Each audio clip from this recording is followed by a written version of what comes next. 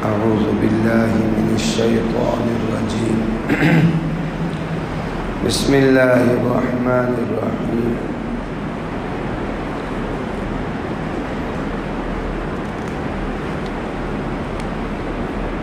الرجال قوامون على النساء بما فضل الله بعضهم على بعض وبما أنفقوا من أموالهم فالصالحات قانتات حافظات للغيب بما حفظ اللہ۔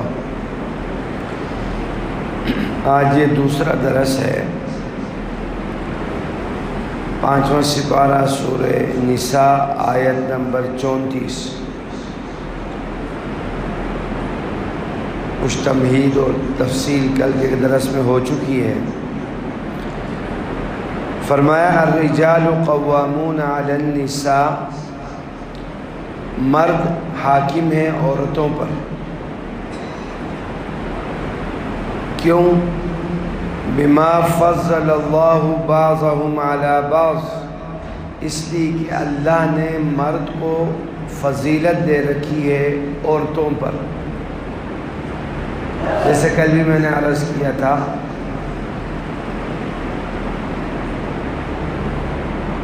کہ یہ تفضیل فضیلت اللہ نے دی ہے۔ جیسے ایک گاڑی ہے، عام طور پر کہا جاتا ہے نا کہ ایک گاڑی کے 2 پہیے ہیں، مرد اور عورت کے بارے میں۔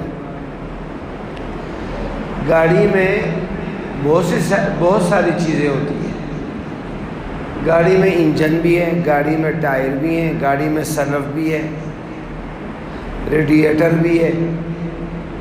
اگر کوئی ایک بھی اس میں سے مس ہو گیا تو گاڑی نہیں چلے گی۔ لیکن گاڑی کے اندر بھی بعض چیزوں کی، ہر چیز کی اہمیت ہے، لیکن بعض چیزوں کی بہت اہمیت ہے۔ اب گاڑی میں سب سے اہم چیز کیا چیز ہے؟ انجن۔ اس کا خرچہ بھی بہت ہے، حفاظت بھی ضروری ہے۔ سلف کی بھی اپنی اہمیت ہے۔ انجن سب کچھ ٹھیک ہے لیکن سلف نہیں لگے گا تو انجن کیسے سٹارٹ ہوگا؟ اس طرح ایک گھر کے نظام کو چلانے کے لیے مرد اور عورت دونوں بہت اہم ہیں۔ لیکن کسی ایک کو تو امیر بننا تھا، کسی ایک کو حاکم بننا تھا۔ کوئی بھی دنیا میں نظام اس کے بغیر نہیں چلتا۔ وہ گھر ہو، وہ دکان ہو، وہ مکان ہو، وہ فیکٹری ہو، وہ ادارے ہوں، ملک ہو، جب تک اس میں ایک آدمی ذمہ دار نہیں ہوگا ملک نہیں چلے گا۔ اگر ایک فیکٹری، دکان، مکان کے 10 افراد ہیں، سب برابر درجے کے مالک ہیں اور سب کا حکم برابر چلتا ہے تو دنیا کا نظام چلے گا؟ کبھی بھی نہیں چلے گا۔ لازمی بات ہے ان میں سے بھی بے شک وہ 10 مالک ہیں، لیکن ان میں اختیارات کی تقسیم ہوگی۔ ان 10 پہ بھی ایک بڑا ہوگا جو ان کا فیصلہ کرے گا، نہیں تو وہ گھر، وہ مکان، وہ دکان، وہ فیکٹری، وہ ملک، اس کا بیڑا غرق۔ اس طرح گھر بھی ایک ریاست کے درجے میں ہے۔ گھر میں بھی ایک کو ذمہ دار بنانا ہے جس کی کمانڈ میں باقی سارے لوگ کام کریں۔ اب وہ کمانڈ کس کو دینی ہے؟ شریعت نے وہ کمانڈ دی ہے مرد کو۔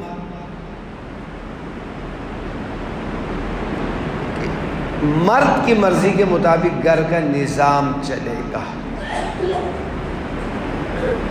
اور عورتوں کو حکم بھی یہی ہے، یعنی بیویوں کو، کہ وہ بچوں کو اپنے باپ سے ڈراتی رہے۔ یہ عورتوں کو حکم ہے کہ باپ کا روب رہے، لیکن آج کا معاملہ الٹا ہے۔ اکثر جگہ پرانے لوگ تو مائیں کہتی تھی آنے دو تیرے ابو کو میں بتاؤں گی، اور اب ابو جی کہہ رہے ہوتے ہیں آنے دو تمہاری ماما کو میں بتاؤں گا۔ ماما کا روب زیادہ ہے۔ بہرحال فرمایا اللہ نے کمانڈ جو ہے وہ مرد کو دی ہے، پوری لگام مرد کے ہاتھ میں۔ الرجال قوامون علی النساء، کیوں؟ بما فضل اللہ بعضهم علی بعض، اللہ نے مرد کو جو قوت فیصلہ دیا ہے، قوت گفتگو دی ہے، عقل دی ہے، فہم دیا ہے، وہ مرد کو عورت سے زیادہ دیا ہے۔ ہاں جزوی طور پر بعض دفعہ ایسا ہو سکتا ہے کہ مرد بولا بالا سائیں اور عورت اس کی بڑی ہوشیار، لیکن بات ہوتی ہے ایک ضابطہ اور کلیے کی۔ عموماً یہ چیز مرد میں زیادہ ہوتی ہے۔ پھر خطبہ عیدین کا ہو، خطبہ نکاح کا ہو، تکبیرات تشریق، ٹھیک ہے نہیں ہے؟ اور نبی اللہ نے جتنے بنائے مرد میں بنائے، عورت میں نہیں۔ خلافت عورت کو نہیں، مرد کو اللہ نے دیا۔ کئی چیزیں، تخلیق میں اللہ نے مرد کو مضبوط بنایا بنسبت عورتوں کے، یہ تفصیلات کل ہو چکی ہیں۔ دوسرا وَبِمَا أَنفَقُوا مِنْ أَمْوَالِهِمْ، اسی طرح ایک بات غالباً کل بھی ہو گئی تھی لیکن آج، ایک بچے میں جتنا حصہ باپ کا ہے اتنا ہی حصہ ماں کا بھی ہے، لیکن یہاں بھی وہی بات آ گئی کہ اب دونوں کی طرف تو منسوب ہونے سے وہ رہا، کسی ایک کی طرف اس کا نسب کو رکھنا ہے، تو یہاں بھی کمانڈ باپ کو دی کہ اولاد کا نسب کس کے ساتھ چلے گا؟ باپ کے ساتھ۔ حالانکہ ماں بھی اس کے اتنی ہی حقدار ہے جتنا کہ باپ ہے، لیکن دنیا میں شناخت باپ کو دی، ماں کو نہیں دی۔ ماں عورت ہے، عورت کا معنی سمجھتے؟ عورت کا معنی ہے پردہ، وہ ایک چھپی چیز ہے۔ تعارف، پہچان دنیا میں، معاشرے میں باپ سے ہے، اس لیے نسبت باپ کو دی۔ وہ دنیا میں گھومتا ہے، پھرتا ہے، چلتا ہے، تعلقات ہیں، مجلسوں میں جاتا ہے، معاملات کرتا ہے، اس کی پہچان ہے، اس لیے اولاد کی نسبت باپ کو دی، یہ بھی فضیلت دی مرد کو۔ اور فرمایا دوسری وجہ وَبِمَا أَنفَقُوا مِنْ أَمْوَالِهِمْ، کہ مرد اپنا مال عورتوں پر خرچ کرتے ہیں۔ جی ہاں، اس کے مہر میں، اس کے نان نفقے میں۔ وہ ایک آدمی کی شادی ہو گئی نا، تو اگلے دن بیگم صاحبہ نے پوری ایک پرچی پکڑا دی جس میں گھر کی ضروریات کے علاوہ کچھ اور بھی، عورت تو مطلب وہ زیب و زینت والی ہوتی ہے، پاؤڈر، کریم ہے، کچھ اپنی زیب و زینت اس کی زندگی کا جز ہوتا ہے۔ اس نے ایک لمبی فہرست دی جس میں یہ ساری چیزیں شامل ہیں۔ تو میاں نے وہ دیکھ کر کہنے لگے بیگم صاحبہ میں نے تمہیں قبول کیا ہے، اس کو میں نے پرچی کو قبول نہیں کیا۔ تو بیگم صاحبہ کہنے لگی میرے ساتھ یہ ساری چیزیں خود بخود آ گئی ہیں، اب یہ سارے کام آپ کو کرنے۔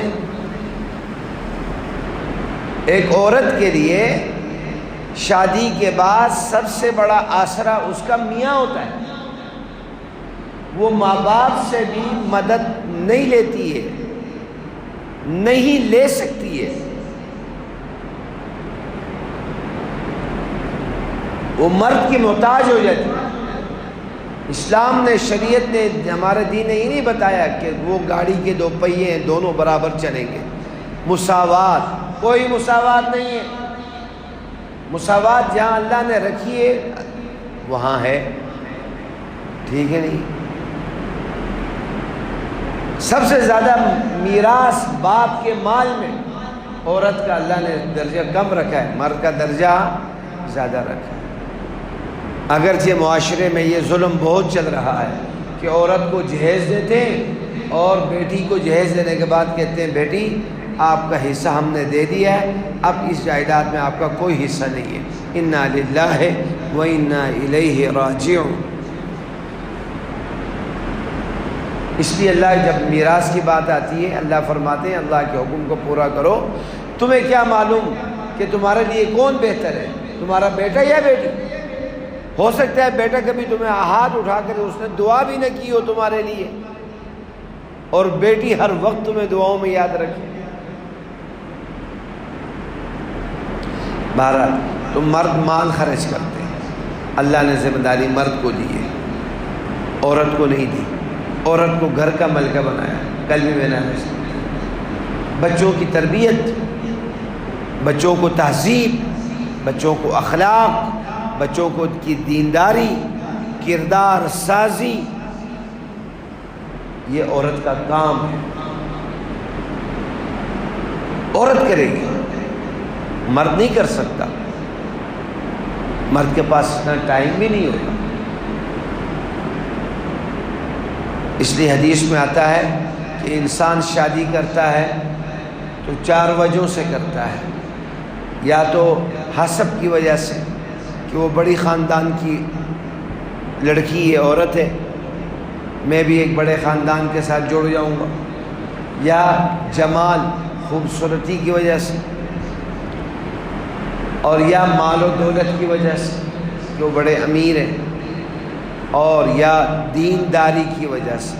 اگر یہ چاروں چیزیں جمع ہو جائیں، بڑا خاندان بھی آپ کو ملے، جمال بھی ملے، مال بھی ملے، اور دینداری بھی ہو، ہیں اللہ کے کچھ ایسے بندے کیا ہی کہنے، نور علی نور۔ لیکن اگر تمہیں ان میں سے کسی ایک کو لینا پڑے تو فرمایا فاظفر بذات الدین، میرے نبی نے کہا تم دین والی کو ترجیح دو، دیندار عورت کو۔ مال نہ دیکھو، خاندان نہ دیکھو، جمال نہ دیکھو، مال نہ دیکھو، دینداری دیکھو۔ کیوں؟ جس کو اللہ کا ڈر ہے، اللہ کی عظمت اس کے دل میں ہے، تو تمہاری بھی عظمت اس کے دل میں ہوگی۔ جس کو اللہ کا ڈر نہیں، اللہ کا خوف نہیں، اللہ کی عظمت اس کے دل میں نہیں، وہ تمہارا کیا عظمت کا خیال رکھے گی؟ سوال نہیں پیدا ہوتا۔ اللہ سے ڈرنے والی تم سے بھی ڈرے گی کہ اللہ ناراض ہو جائے گا۔ اس لیے علماء اور صلحاء امت کہتے ہیں عقل مند آدمی وہ ہے جو ایسی عورت سے شادی کرتا ہے جو دنیا داری کے اعتبار سے اس سے کم ہو، کمتر ہو، ایک بالش نیچے ہی ہو، یعنی کسی اپنے سے اونچے گھرانے میں کرنے کی بجائے اپنے سے نیچے گھر کو تھوڑا دے گا کہ وہ تمہارے گھر میں خوش رہے گی۔ کوئی غریب گھرانے کی بچی ہے، اس کی نسبت سے آپ اس سے زیادہ امیر ہیں، وہ آپ کے گھر میں خوش رہے گی، شکر گزار رہے گی، اطاعت گزار رہے گی، فرمانبردار رہے گی، اس کو ڈر بھی لگا رہے گا، سکھیا رہے گی، اور دین کے معاملے میں وہ تم سے بڑھ کر ہو، ایک بالش تم سے اوپر ہی ہو۔ اس کا فائدہ کیا ہوگا؟ جتنی وہ زیادہ دیندار ہوگی اتنی زندگی تمہاری سوکھی ہوگی۔ وہ تم سے یہ کبھی نہیں کہے گی مجھے مال چاہیے، مجھے پیسے چاہیے، جہاں سے لاتے ہو لا کر دو، کبھی نہیں کہے گی۔ وہ کہے گی آپ حرام میرے گھر میں نہ آنے دینا، میں بھوکھی رہنا پڑے، میں بھوکھی رہ جاؤں گی، میں اپنے بچوں کو بھوکھا رکھوں گی، حرام نہیں کھاؤں گی۔ تو آپ سوکھے ہو گئے کہ نہیں ہوئے؟ تو فرمایا کہ مرد اپنا مال عورتوں پر خرچ کرتے ہیں۔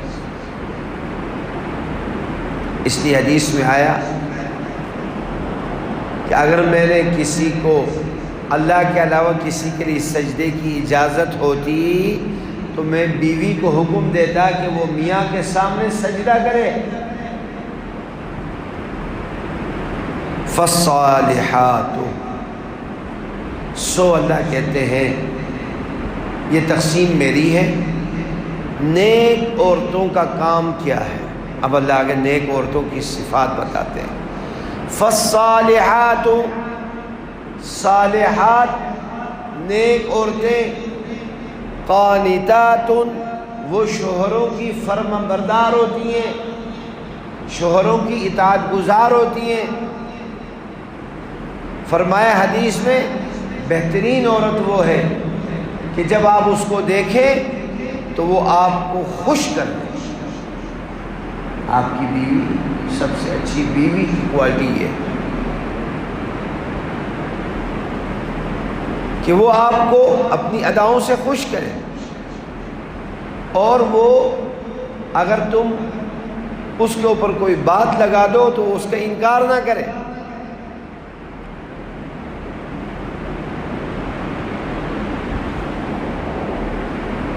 اور اپنا مال بھی تمہاری اجازت کے بغیر خرچ نہ کرے، اس کے اپنے پیسے ہیں، لیکن وہ کہتی میرے پاس اتنے پیسے ہیں، وہ آپ کو بتاتی ہے کیا اس چیز میں خرچ کر دوں، وہ آپ سے اجازت لیتی ہے۔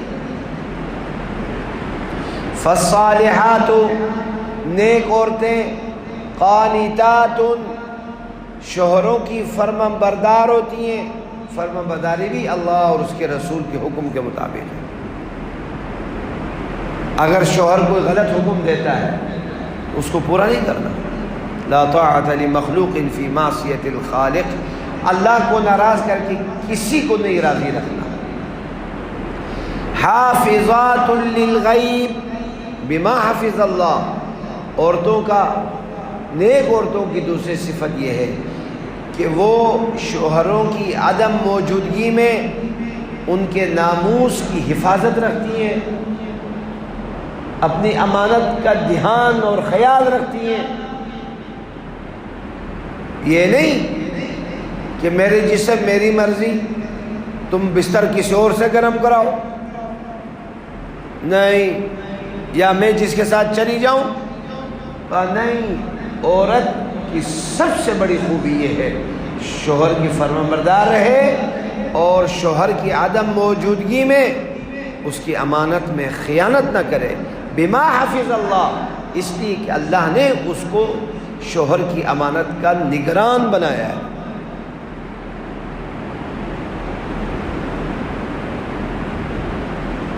اس کے بعد فرمایا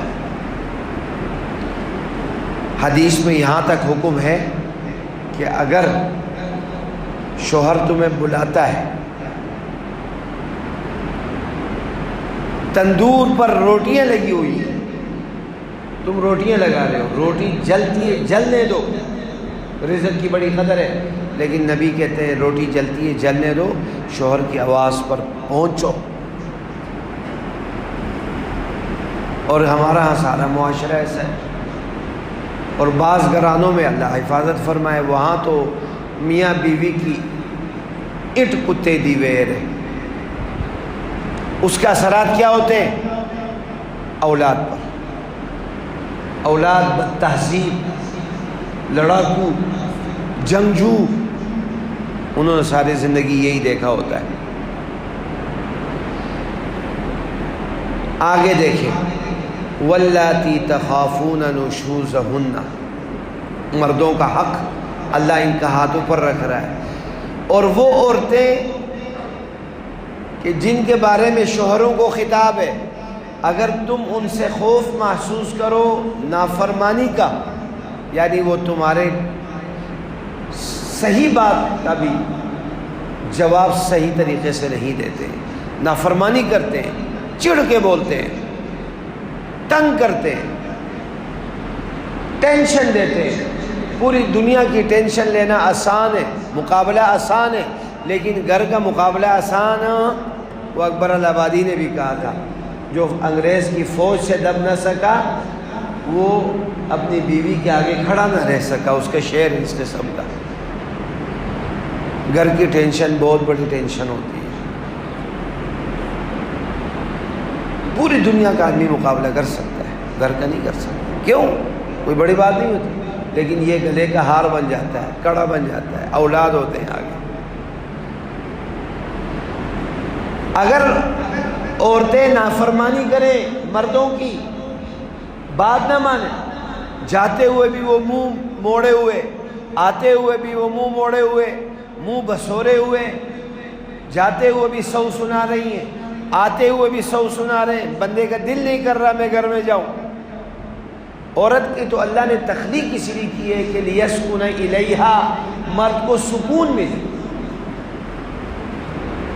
جو عورت اپنے شوہر کے دروازے تک آتی ہے، اس کو بیچنے کے لیے بھی دروازے تک آتی ہے، اس کو لینے کے لیے بھی دروازے تک آتی ہے اور اس کا استقبال کرتی ہے، خدا کی قسم وہ بادشاہ ہے، بادشاہ۔ اس سے پوچھو اس کو کتنا دلی سکون اور راحت ہے۔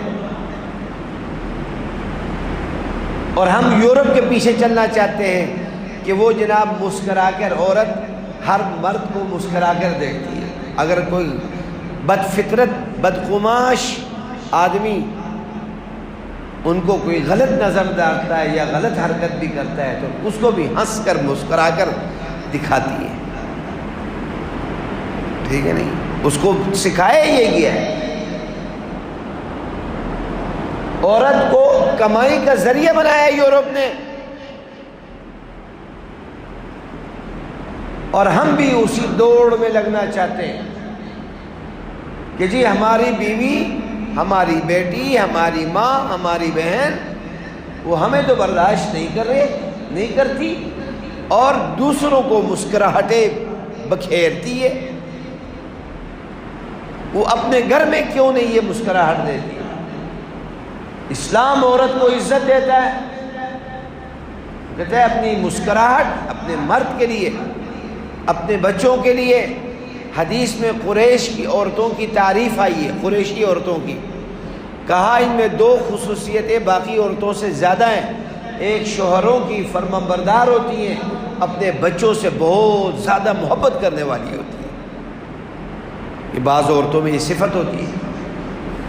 اور بعض عورتیں نہ میاں سے محبت کرتی ہیں نہ بچوں سے کرتی ہیں، وہ بچوں کو بھی کہتی ہے تیرے باپ سے مجھے کیا ملا ہے، اس نے میرے سے وفا نہیں کی ہے، تو کیا کرے گا؟ وہ چھوٹے معصوم بچے کو یہ کہہ رہی ہوتی ہے۔ ان باتوں کے بھی اپنے اثرات ہوتے ہیں۔ جس چیز کو آپ نے کہا نا یہ منفی، یہ غلط ہے، یہ غلط ہے، یہ نہیں ہوتا، اس کے اثرات پڑتے ہیں اس کے اوپر۔ یہ تو شریعت کی بات ہے، لیکن آج آپ کی سائنس بھی اس بات کو تسلیم کرتی ہے کہ ہاں یہ ایسا ہی ہوتا ہے۔ بچوں کے کردار میں سب سے زیادہ نقصان دہ چیز ان کے کردار کو خراب کرنے، ان کی معاشرت خراب کرنے، ان کی اخلاق بگاڑنے میں سب سے بڑی چیز یہ ہے کہ ماں باپ خود کہتے ہیں کہ یہ بچہ غلط ہے، کہ اچھا بچہ نہیں ہے۔ اگر وہ نہیں بھی ہے اس کو اچھا ہے، وہ اچھا بنے گا۔ اس کو غلط ہے، وہ کہتا ہے میں غلط ہوں۔ تو فرمایا اگر عورتیں شوہروں کی نافرمانی کریں، چڑ کے بولیں، بدتمیزی کریں، گستاخی کریں، گالیاں دیتی ہیں بعض عورتیں، تو فعظوہن، شوہروں کو نصیحت ہے کہ ان کو پیار سے سمجھاؤ کہ دیکھو میں نے تم نے زندگی گزارنی ہے، میں نے تمہارے بچے ہو گئے ہیں، ان کے اوپر غلط اثرات مرتب ہوں گے، پیار سے جس طریقے سے سمجھتے ہو سمجھا سکتے ہو سمجھاؤ۔ حدیث میں آتا ہے عورت کے بارے میں کہ مردوں کو کہا گیا کہ تم عورتوں کے ساتھ، نبی نے فرمایا میری وصیت قبول کرو، عورتوں کے ساتھ نرمی کرو، ان کے ساتھ سختی نہ کرو۔ یہ ٹیڑھی پستی کی پیداوار ہے، یعنی ٹیڑھی پسلی کی طرح ہے. اگر ان کو سیدھا کرنا چاہو گے تو توڑ دو گے. توڑنا کیا ہے؟ فرمایا طلاق ہے. یہ سیدھی نہیں ہوں گی، جس طرح پسلی سیدھی نہیں ہو سکتی. یہ پل میں تولا پل میں ماشا ہو جاتی ہے. کبھی آپ دیکھیں گے عورتیں بڑی شکر گزار بنتی ہیں کہ جی اللہ کا بڑا ہم پر فضل ہے، اللہ کا بڑا احسان ہے ہم پر، ہم تو کسی کھاتے کے نہیں ہیں لیکن اللہ نے بہت ہم پر احسان ہے. آپ حیران ہوں گے کہ یار آج بڑی شکر گزار ہے.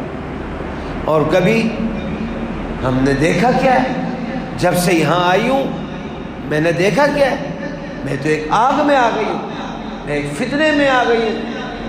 ہم نے جب آئے ہیں جہاں سے کبھی ہم نے خیر دیکھا ہی نہیں، اچھی بات ہم نے سنی نہیں.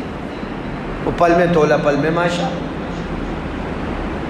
مرد کو حکم ہے دل بڑا رکھو، لیکن عورتیں کہتی ہیں ہمارا دل ہے جو تمہارے ساتھ رہے ہیں.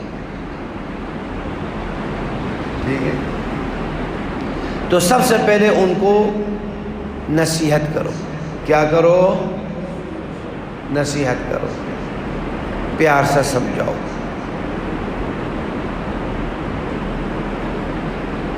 اور جس طرح وہ مانتی ہے نا اس طرح اس کو منوا لو. ٹھیک ہے نہیں ہے؟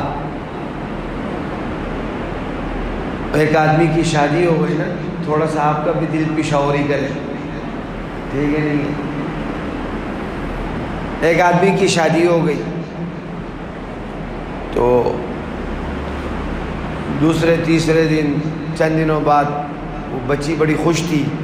اس نے اپنے ماں کو کہا کہ میرے میاں نے مجھے سونے کی چین یا انگوٹھی یا مالا موتیوں کا کوئی بھی چیز بتائی کہ یہ اس نے مجھے کہا ہے کہ میں تمہارے لیے لے کر آؤں گا.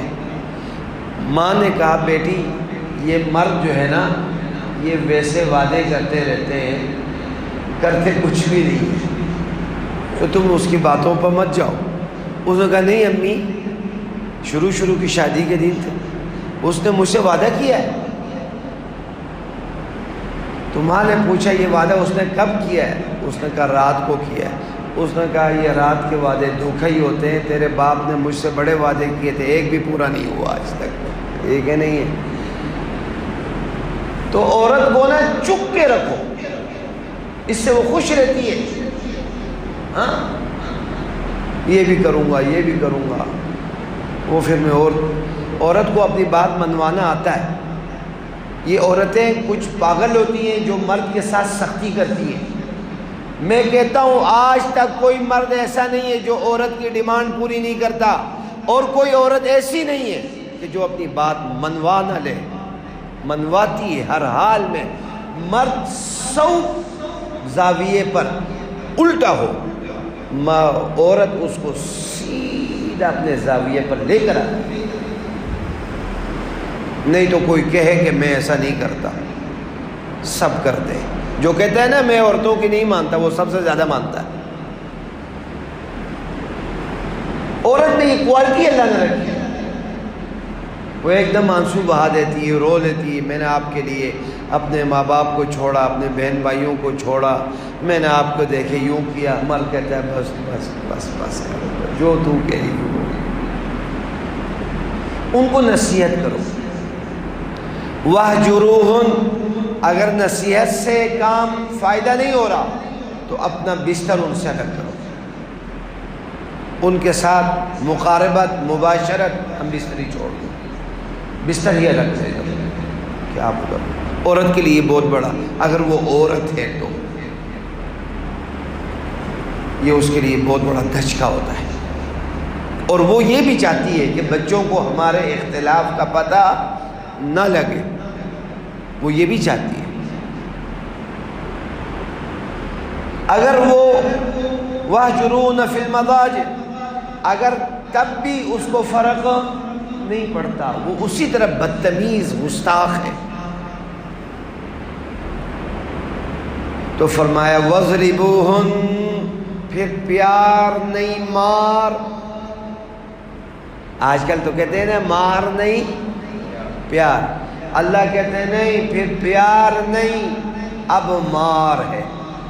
تم نے نصیحت بھی نہیں سمجھی، میں نے بستر الگ کیا تمہیں پتہ نہیں لگا، پھر بھی اب اس کا نا تھوڑا بہت مرمت لگاؤ، پینچر ٹاکیاں لگاؤ اس کو۔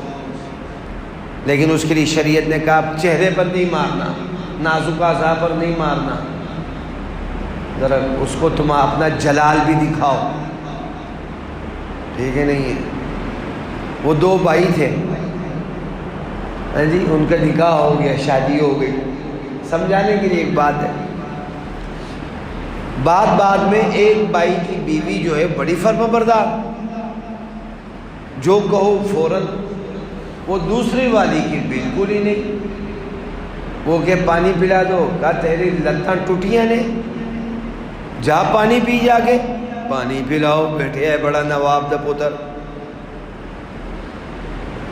وہ بڑا پریشان تھا کہ یار میرے بھائی کی بیوی تو بڑی فرمانبردار ہے، یہ بڑی میری نافرمان ہے۔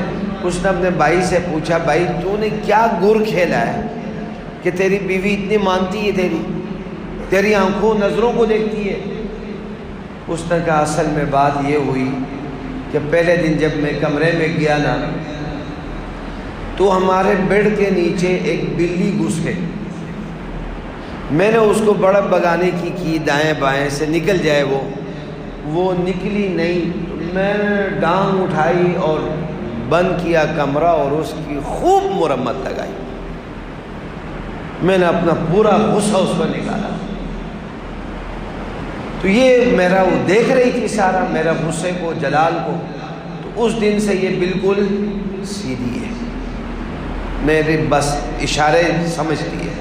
اس نے کہا اچھا ایک، اس نے اگلے رات میں نا خود ایک بلی اندر گھسا دی، گھسا کر اب اس کو کنڈی لگا کر مارنے لگا، نکلنی کتنے ایریے سے دے ماں۔ بیوی سمجھ گئی اوہو یہ اب مجھ پر روب چڑھا رہا ہے۔ اس نے کہا غربہ کشتن روز اولاس، یہ کام پہلے دن کرنا ہوتا ہے، اب نہیں چلے گا، چل نکل باہر، ٹھیک ہے نہیں، یہ روب والا کام پہلے دن رکھنا ہے، بعد میں کچھ نہیں ہوتا۔ تو پہلے دن کا وہ انگریزی والے بھی کہتے ہیں نا، first impression is the last impression. وہ پہلے دن ہی آپ نمک کی طرح گھلنے لگیں گے تو کام نہیں ہونے لگا، پیار بھی ہو روب بھی ہو۔ میری جب شادی ہوئی، بڑی اچھی بات ہے، میں آپ کو بتاتا ہوں، مجھے ایک ایسے آدمی نے عجیب نصیحت کی کہ جو عام طور پر اتنا ہوشیار نہیں سمجھا جاتا تھا، نام میں اس کا نہیں لیتا ہوں، مطلب اس کو کوئی اتنی اہمیت نہیں تھی، لوگ نہیں دیتے تھے، باپ اس کا بڑا آدمی تھا لیکن وہ تھوڑا سا ملنگ ٹائپ آدمی تھا۔ مجھے کہنے لگا عتیق صاحب میری ایک بات یاد رکھنا، ہاتھ نہ اٹھانا، آنکھ کا روب رکھنا، جس دن تم نے ہاتھ اٹھایا نا تو تمہارا سارا روب ختم ہو جائے گا۔ اس کی یہ بات 16 آنے تھی۔ یہ جو لوگ بہت مارتے ہیں نا، ان کا روب، وہ بیوی بھی کھڑی ہو جاتی ہے تیری ایسی تیسی، وہ آگے سے 10 گز زبان نکالتی ہے۔ آنکھ کا روب رکھے، ہاتھ نہ اٹھائے، نوبت ہی نہ آئے، ٹھیک۔ بات پھر لمبی ہو گئی، وَهْجُرُونَ وَاضْرِبُوهُنَّ، ان کو مارو، فَإِنْ أَطَعْنَكُمْ، اور اگر وہ تمہاری اطاعت کر لیں تو فَلَا تَبْغُوا عَلَيْهِنَّ سَبِيلًا، پھر خواہ مخواہ بہانے نہ ڈھونڈو، بس مان گئی ہے نا، اب پرانے بدلے نہ نکالو، ٹھیک ہے۔ اور بعض عورتیں ان کو پینچر ٹاکی کی ضرورت ہوتی ہے، سمجھ آئی؟ تو کہا جب وہ راستے پر آ رہے ہیں تو پھر پرانی چیزیں مت ڈھونڈو کہ یہ ہوا تھا وہ ہوا تھا، اس وقت تم نے یوں کیا، بس چھوڑ دو۔ ان اللہ کان علیا کبیرا، اللہ بہت بلند اور بڑی شان والے ہیں۔ انشاءاللہ یہ باقی ربنا تقبل منا انک انت السمیع العلیم، تب علینا انک صلی اللہ علیہ وسلم۔